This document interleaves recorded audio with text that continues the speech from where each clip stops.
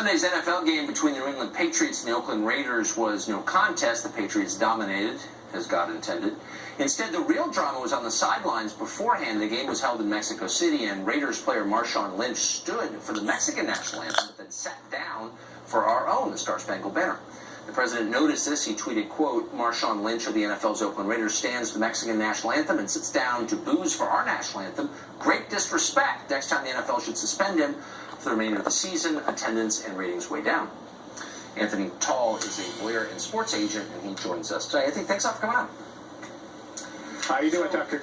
I'm doing great. So I just want to stipulate that, I think all of this behavior is allowed under the First Amendment. So I don't think there's any debate over whether it's protected as speech. Of course it is. The debate is over how grotesque it is. And I don't understand why Marshawn Lynch is under the impression that Mexico is a more virtuous country than his own. Where would he get that idea? Well, I think that you need to go and ask yourself, why would a rich athlete feel as if another country is better than him? And it goes back to what LeBron James said. LeBron James said being black in America is hard. It doesn't matter how much money you have, who you are, how much fame you have. So I think Marshawn Lynch is evidence of that. So you also have to ask yourself, what would drive someone, a multi-million-dollar athlete, to stand during the Mexican national anthem and not want to stand on his own? This isn't something that he just comes up with. Where does that come from? It's just, and I'm going to say that it comes from a lot of statistics. Go ahead. Yeah, but what it doesn't come from is a deep knowledge of Mexico. I mean, if you're doing that to the Swiss anthem, okay, we could debate it. Or the French anthem, we could debate it. But have you seen the people who run Mexico? Is there a country in the world with a firmer color bar than Mexico? I don't think there is. Is there a country with a more grotesque history of slavery than Mexico? How do Afro-Mexicans do? Do you have any idea? Does Marshawn Lynch have any idea? I mean, let's be real here. You'd rather be black in America than Mexico any day of the week.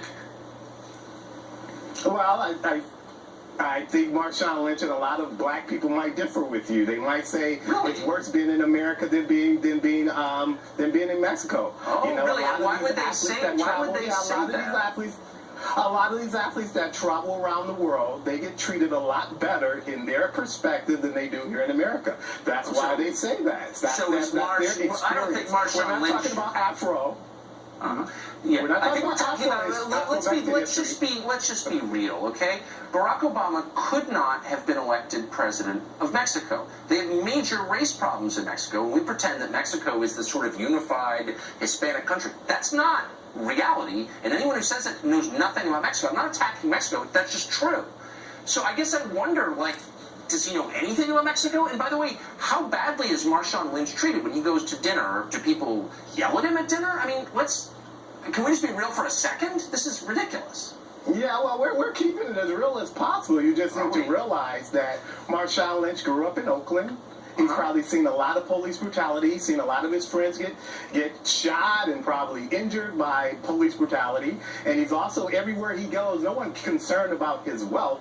All police see is dreadlocks a lot of times. So in Marshawn Lynch's mind, the way he's treated here, as opposed to when he goes to Mexico or Europe, is a lot better. You got to remember, there's a history of African Americans leaving America. And don't get me wrong, I love this country. There's a history of African American celebrities, athletes, going all the way back to Josephine Baker in 1919.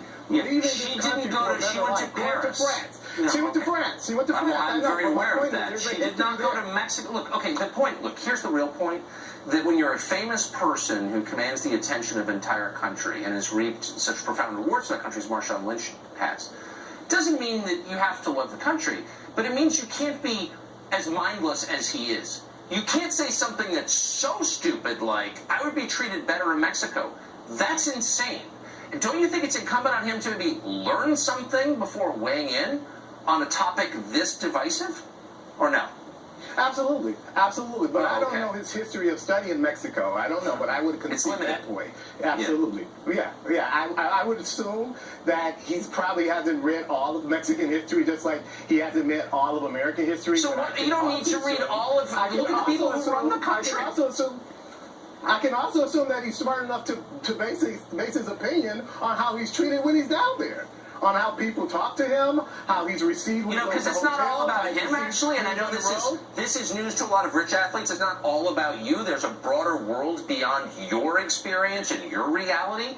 And look, the point is that gestures like this influence a lot of other people, and maybe they should be thoughtful and not reactionary and stupid like this.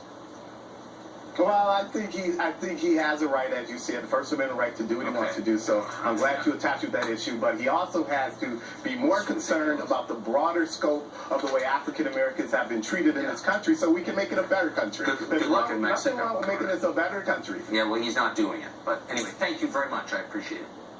State governments have a new weapon to make America